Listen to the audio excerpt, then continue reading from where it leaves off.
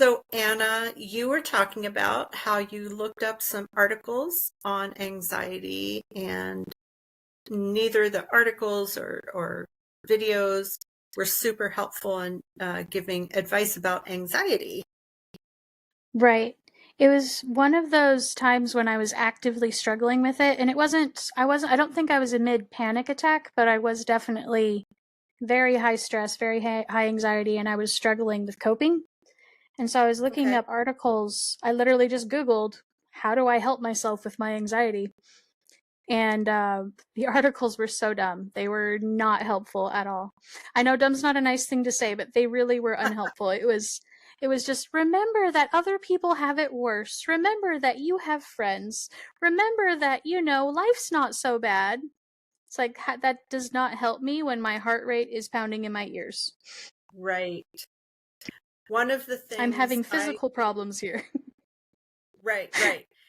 One of the things I do kind of regardless of the emotion we're dealing with is kind of put it like on a scale of 1 to 10 with anxiety. There's different strategies at an 8, 9, 10 that work, Okay. and other strategies at a 1, 2, 3 that work. And maybe if you're at a 1 or a 2, remembering you have friends might work. But if you're at a 6, you're too anxious for it to work. So it sounds like they were talking about anxiety at a very low level, not I'm in the middle of anxiety right now. So That makes sense. conceptually deal with anxiety, but not in a practical way how to deal with anxiety. Does that make sense? Yeah, that makes sense. It also explains my annoyance because it's like that would have been helpful 10 steps ago. Just, this Right, is not right. helpful Yeah, now. yeah.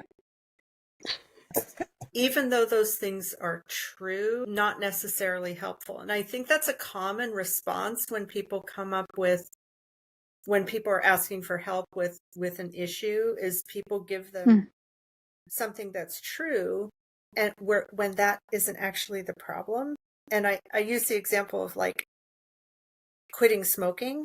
I think Hmm. just about everybody knows that smoking is bad for you, you know? So if someone's there like, oh, I really want to quit smoking, and someone says, yeah, smoking's bad for you. It's like, yes, but that doesn't help me in a practical way to quit smoking, Right. for you to continue to tell me it's bad for me. Or I think about when I play tennis and my partner says, oh, hit the ball in. I know to hit the ball in. It's What are the practical steps to hit the ball in? That's what I need help with. right. It reminds me of the age old and not so funny joke that I still make more often than I should. When someone stubs their toe, it's like, oh, there's a table there. Yeah. It's not funny to the person who just stubbed their toe on it, but everybody thinks the person saying it thinks it. Yeah. Yeah. So, yeah, those overarching things are important to know about anxiety, but when you're in the middle of anxiety, it's not only not helpful, but it's also redundant, because you probably do remember that you have friends and other people have it worse. And that's Yeah. not helping your symptoms. Yeah. In general, if we think of anxiety like the fight, flight, freeze response, anything that counters or is opposite to that response is going to help. So if you think Hmm. about the fight, I'm just going to call it the fight or flight response. If you think about the fight or flight response, like I'm running away from a grizzly bear, my heart rate increases, my breathing increases. So any way that you can counter that that's why they say to deep breathe, which slows your Got it. breathing and slows your heart rate. The other things that happen are when we're running away from a grizzly bear or fighting a grizzly bear, our big muscles move. So any way that you can kind of counter that by like stretching, or people naturally pace when they're anxious. Mm. So pacing when you're anxious, Yeah. tightening up your muscles and then releasing them, doing 10 jumping jacks, kind of using your muscles like your brain says you're supposed to be using them. So if we're being chased by a grizzly bear, our brain is there like, use your big muscles to run or to hit, and we don't use those big muscles, our brain says, what are you doing? You're supposed to be using those big muscles. And so Well, if and we do use keeping, them, go ahead. yeah, just like keeping this in just what's happening physically within your body when you don't use your big muscles, all those extra chemicals and hormones that your body flushed you with because it's in fight or flight mode don't get expended. Yes, exactly. Using your big muscles helps to burn off the adrenaline and the cortisol or whatever it is that makes you feel that urge. So that's a good Right. point too. I like that.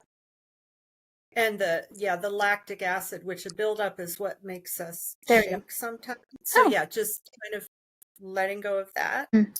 Physical responses. Another physical response of the fight or flight situation is something happening with our skin. And so some people get really hot, some people get really cold, some people, when they get scared, they get goosebumps. Other people, when they get scared, they flush.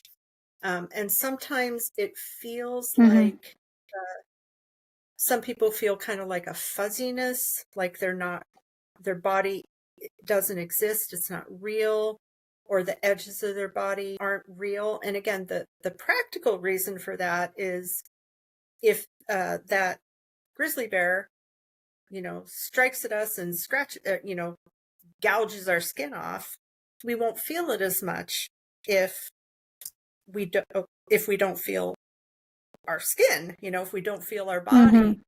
So a lot of times with anxiety, that sense of I'm not quite sure where I am with that in my own body. It has a very practical purpose. And then again, to counter that, wrap yourself up in a blanket, give yourself a hug, rub your arms, rub your legs, to kind of remind yourself, this is where the edges of my body are. And that's where the term grounding comes from too, like stomping your feet on the ground, just to remind yourself where the ground is. Because some people describe it as a sensation of floating when they're anxious, or I think they call it derealization or depersonalization, like they're not quite sure they're in their own body. And again, that's great if you were just, clawed by a grizzly bear, to not be in your own body and feel that. But that's a It super, helps, yeah. right? Yeah. And people also get freaked out by that a lot. So it is helpful to kind of know, not when you're in the midst of an anxiety attack or feeling anxious, but to kind of know that's a very normal response, to not feel like you're in your own body, to feel that sense of confusion or disassociation is actually a good, healthy response. Yeah. So anything to counter that. This is helpful. I like this. So, yeah, real practical things. It is, and it's addressing because again, in the anxiety moment, yes, we're stuck in our own head, but really what we need is to control our body to help pull ourselves out of that. If that makes sense. At least that's how I feel when I'm struggling with that, when I'm in panic attack mode. And being able to have some control over something like your body does also help to bring you back out of whatever the funk is. I think there's a security in having some control over something. Yes. And I would add that too. When we're being attacked by a grizzly bear, our brain does want us to be out of control or not in control, in the sense that it doesn't want our brain taking over and second guessing us. So it wants our body to just do what it's instinctually wants to do. So again, doing something that you're in control of would be countering that too, to say, no, brain, you don't have to respond with instincts. We're going to respond very strategically, which is why one of the interventions people say works with panic attacks is to do something like name 5 things you see, name 4 things you hear, name 3 things you smell, or whatever. And again, the whole purpose of that is to bring us back to our brain is in charge rather than our instincts are in charge. So again, that's just countering a symptom of the Okay. fight or flight response. Yeah.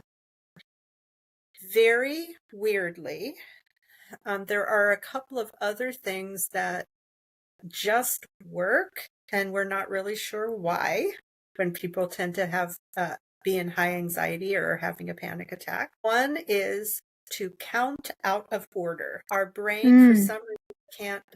It can count 1, 2, 3, 4, 5, but to say numbers out of order, our brain can't do that and remain in panic mode. Right. So if there is someone around you who knows you have panic attacks or high anxiety, tell them this, because it's easier if they say, repeat after me, 57932, and then you say 57932. It's harder to think of it yourself because we all want to say 1, 2, 3, 4, 5, right? So it's hard to be to come up with random numbers.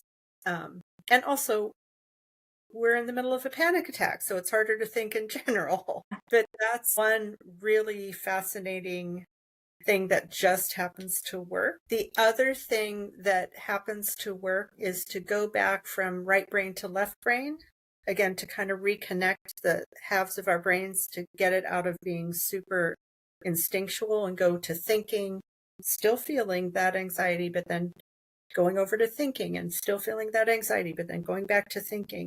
And one way to do that is to use numbers and music. So if you go, if you count out of order, that's a little better. But even if you say 1, 2, 3, 4, 5, and then go la la la la la la la la, 1, 2, 3, 4, 5, la la la la la la, 4, 3, 2, 1. Mary had a little. Our brain can't do that and stay in anxiety. It just can't do those two functions at the same time. And again, that's something you probably want to think about before the anxiety attack. It's hard to remember in the middle of an anxiety attack. Go ahead. What were you gonna say? Silly funny that made me giggle is that, that means Mambo Number 5 is a great song to sing when I'm anxious. Oh, that's brilliant. It's music and numbers. This is perfect. I'm thinking of songs that have that, have numbers in them, 8675309. That would probably work. I'm just thinking of like 1 is the loneliest number. Now you probably mean 1 number. That's a good one. I'm sure there's a whole bunch out there, just numbers. I'm super curious about that, whether that works or not when they're combined in the same thing. So I'll let you know. You have a panic attack, Anna. The other thought I had was counting actually is a coping skill that I came up with myself. I thought it up myself when I was in feeling like my anxiety was running high, and when I started doing it, I was counting backward, and then I started counting in jumps, like you would like when you're memorizing the multiplication table. Wow. So 1, 3, 5, 7, blah blah blah blah blah, or 2, 4, 6, 8, whatever.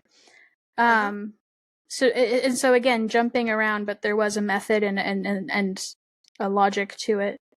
So and numbers. There are musical practice things that you do when you're warming up your voice, if you're in a choir or anything, and it's you literally count your intervals, and it's 1 1 2 1 1 2 3 2 1 1 2 3 4 5 4 3 2 1, and so I could see utilizing those as another way of pulling your brain in both directions.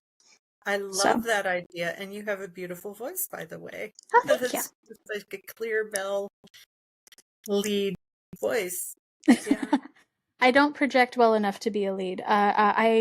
I have to work very, very hard to get my voice to go out into the room. So those are barbershop quartet terms that we're talking about. Yep. So I love those ideas. And again, especially since you're already familiar with it and you don't have to make it up or think up a new way to do one of those exercises you're already familiar with, or sing a song with numbers in it that you're already familiar with. but yeah, that going back and forth between to reconnect your logic half of your brain with your emotional half of your brain, it is the underlying reason behind that. Another thing I noted when you were talking about that is forcing your brain to go back and forth and throwing randomness at it gives it a problem to solve. So instead of spiraling about whatever you're being anxious about, whatever your brain is fixated upon, your brain starts to untangle. Why are we throwing out 7, 5, 6, 2, 8, 7? Like it gives your brain something else to. It gives it a puzzle. Yeah, I like that. After we're done talking, I'll kind of say the ones that kind of help when you're in super high anxiety and ones that help when you're in the middle, or that tend to. But mostly it's whatever works for you is what you want to do. For the random numbers, I would say, or the singing exercises, I would say that would work well for a higher level of anxiety. If you're not quite there yet, doing something like playing Sudokus. I can never say that. Sudoku. Sudoku. Yeah. Okay. Something that's easy enough that you can concentrate on it, but difficult enough that your brain has to concentrate. But again, that's not going to work when you're at a 7, 8, 9. It might work at a 4, 5 level on a scale of 1 to 10. One of my unconscious coping mechanisms when I went to high school was I always brought a deck of cards with me and I played solitaire on my desk in the downtime. And I didn't realize that I was doing it for anxiety. I just did it because I felt awkward. Yeah. But I became known as the girl who always had cards. That's the principal was worried I was playing poker, but I wasn't. It was literally just to give myself something to do. And it's again that sense of something's out of control and you're organizing it. So when you're playing solitaire, you don't know what card's coming next. That represents the anxiety, and then you put it in its proper place, and that represents you getting control over that anxiety. Yeah. So a super easier way to connect the two brain halves without the singing thing is literally to tap yourself on your right shoulder and then at the same spot on your left shoulder, just in a rhythmic way, or on your knee or wherever on your body, but just to kind of rhythmically tap right shoulder, left shoulder, right shoulder, left shoulder, or right knee, left knee, right knee, left knee. And that's, again, when your anxiety is too high to kind of process. What's that song again I'm supposed to sing? No. Yeah. Another real quick thing that works, that again, they're not quite sure why, to hold your finger up about 1 to 2, about a foot away from your eyes, and stare at your finger for like 10 seconds, and then stare at something about 10 feet away. Like usually the wall opposite wherever you're sitting in a room is about the right distance. So to stare at your finger, stare at the wall, stare back at your finger, stare at the wall. And again, when you're in really high anxiety, that tends to bring you down. And it's an easy one to do. You don't have to think a whole lot about it. Yeah. That goes back into physical impairments that come along with anxiety. My eyes jump around a lot when I'm feeling anxious or awkward. So giving yourself a specific something to focus on, because focusing on that other person is way too awkward or too scary, whatever it is. Yeah. But and no, I like that a lot. What I'm liking about these tips and ideas is that they're dealing with the broad functionality of what anxiety is. Like my ideas and your ideas are giving specific examples of how to utilize that, but it's not telling you when you're anxious, do X, Y, Z, and you'll be all better. That's not what we're saying at all. Right. And that's what I'm really loving about this conversation. Yeah, it's just So kind of counter the symptom that is prominent for you. And actually, that said, I would add that I'd stick with either the symptom that's the biggest for you or the symptoms that's easiest to control for you. So if your breathing is like, then work on your breathing. Or if it's just do the easiest thing, the thing that is easiest for you to remember, starting anywhere is going to be better than trying to figure out the proper technique. For When you sure. were talking about your eyes darting, I think you just hit on why that works. Is if Yeah. we're walking through the woods afraid of a grizzly bear is going to jump out at us, our eyes are going to be darting everywhere, right? That's a fight or flight response. Like I have to be hyper alert. And if we're staring at things in a very controlled way, that again counters that hypervigilance of I have to be aware of every single thing at the exact same time. Actually, interestingly enough, when you talk to people who've gone through military training and they've been taught to keep watch, I read too many books. You're taught to make sure you move your eyes, check all your parameters, right? But you're taught to do it in a specific way. And I don't remember what the specific way was. It's been a while since I read that book. But you do it in a systematic manner so that you're not just darting around waiting for the shadows to jump at you. You're doing it in a methodical, logical way to be aware of your surroundings, which is what your job is. And when you're in anxiety mode, that's what your job is. The specific example I can think of is when you're to clear a house, you come in and you're taught to look in like this corner, that corner, that corner in a specific order. That makes perfect sense because again, it takes that eyes darting everywhere, which can lead to anxiety, and it gives you control over it. So it says, I do need to look everywhere, but my instincts aren't going to control that. My frontal cortex is going to control that exactly how I do it. Slight side tangent, but this could go ahead. This could tying this into, like I say, military training, this could give people from the military with PTSD an accessible skill that they already have to use to help themselves. Yes.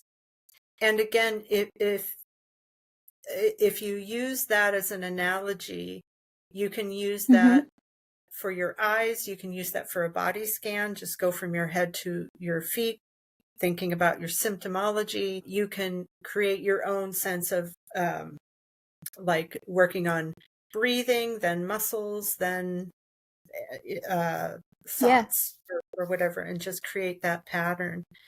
That's what they do, like in emergency rooms or in emergency situations, medical personnel. And I always forget the order of things, but it's like airway, heart, whatever. But it's like, check this, check this, check this in a very repetitive, organized way so you don't miss anything. Because the anxiety, is going to make you want to dart all over the place and say, what's going on over here on their body? What's going over here on their body? Let's check. A, then B, then C. Yeah, so basically with anxiety, things that work at low anxiety don't always work with medium anxiety, don't always work with high anxiety. At real high anxiety, I'd use one of those techniques that are more systematic or rigid, like staring at your fingers, staring at the wall, doing a vocal warm-up exercise, or singing and then counting, or doing, the multiplication tables or something like that, or grounding the outside of your body somehow, wrapping yourself in a blanket, stomping your feet. Kind of it in the middle, it's thinking a little more specifically about what symptom is the biggest or what symptom is easiest to work on at that moment and just counter that symptom. So if you're hyperventilating, slow down your breathing. If you're aching or pacing, work on doing some jumping jacks or stretching your muscles. If you're having that sense of derealization, then rub your arms and rub your legs and kind of counter that. And then at the really low level of anxiety, most of us kind of know already those things, like think that this won't last forever, However, whatever sayings are most helpful for you or whatever truths are most helpful for you at that low level, it might be helpful to let somebody in your life know what to say to you when you're anxious, or to write them down so you remind yourselves of them when you feel that anxiety building. another piece of information that a lot of people don't know is that with most strong emotions, that they do come in waves. So there will be a peak and a lull, and the average is about 13 minutes for that just happens to be the average. So if you remind yourself, like within 20 minutes of a panic attack, there will at least be a lull where I can grab hold a little more effectively of these symptoms. Mm. Anxiety can last for as long as you want it to last, I guess, or as long as you feed it, but Yeah. every 20 minutes, there's going to be at least a little lull, and probably before 20 minutes, but there is going to be a lull where it's just going to be easier to grab hold of. So if one of those techniques doesn't work, don't give up on it. Maybe try it 5 minutes later or 2 minutes later, and see. I think for me, it really is helpful just to have a wide variety of coping mechanisms to try at any given moment. Uh-huh. And again, I'm not trying to boil it down to specific, do this one specific thing to make yourself feel better, or these 5 specific things, because sometimes, being wonderfully adaptive human beings, sometimes we short circuit our own coping skills. And so, again, just dissecting it out, thinking of multiple ways to approach the same problem is definitely helpful. You bring up a good point, and I don't think it's only that we're our human nature, but it's very specifically the nature of anxiety to come back. Our brain would Yeah. love, our survival brain would love for us to be anxious constantly. Yeah. So, yeah, any technique we try, our brain is going to go, oh shit, you're calming down. Don't calm down. Get anxious again. Don't calm Kind of. down. What about that thing over there? Yeah, what about the other grizzly bear? Or what about the crocodile right next to the grizzly bear? Which doesn't make Right. sense. Yeah, so it's don't if you don't feed into that, and if you just kind of say, oh yeah, and that's anxiety doing its thing, and Mm-hmm. then try a different technique or the same technique over again, it's not a Yeah. failure, so to speak. It's just kind of the nature of anxiety to go, are you really sure? Are you really, really sure the grizzly bear is gone? Repetition isn't failure. It may be needed, or switching techniques doesn't mean the first technique didn't work. It just Mm-hmm. means maybe you need a couple of techniques or 5 techniques.